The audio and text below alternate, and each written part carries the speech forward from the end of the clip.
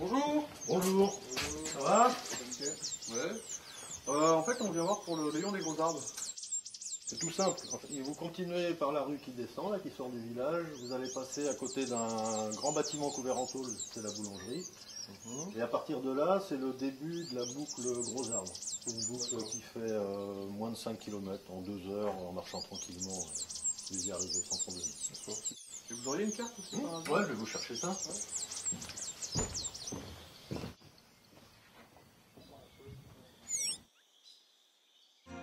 L'intérêt du village de Sahuls, c'est qu'en fait la forêt primaire est très rapidement accessible.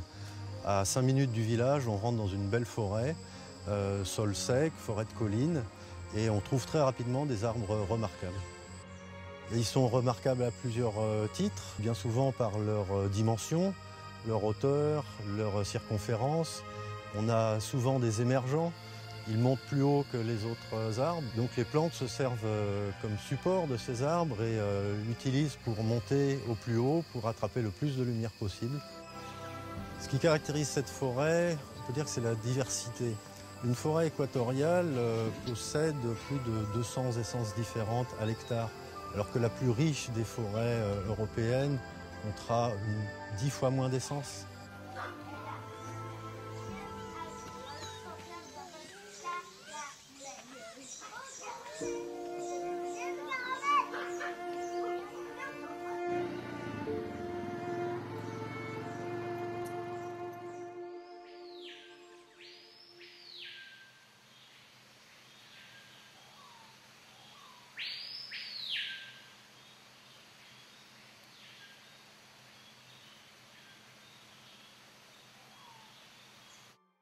Pour les personnes souhaitant séjourner sur Sahuls, les possibilités d'hébergement sont nombreuses, aussi bien en hamac qu'en lit.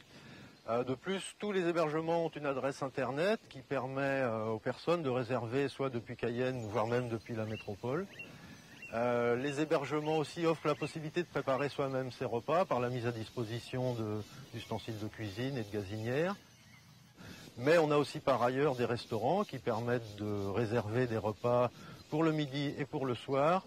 Il vaut mieux anticiper pour le moins du jour pour le lendemain.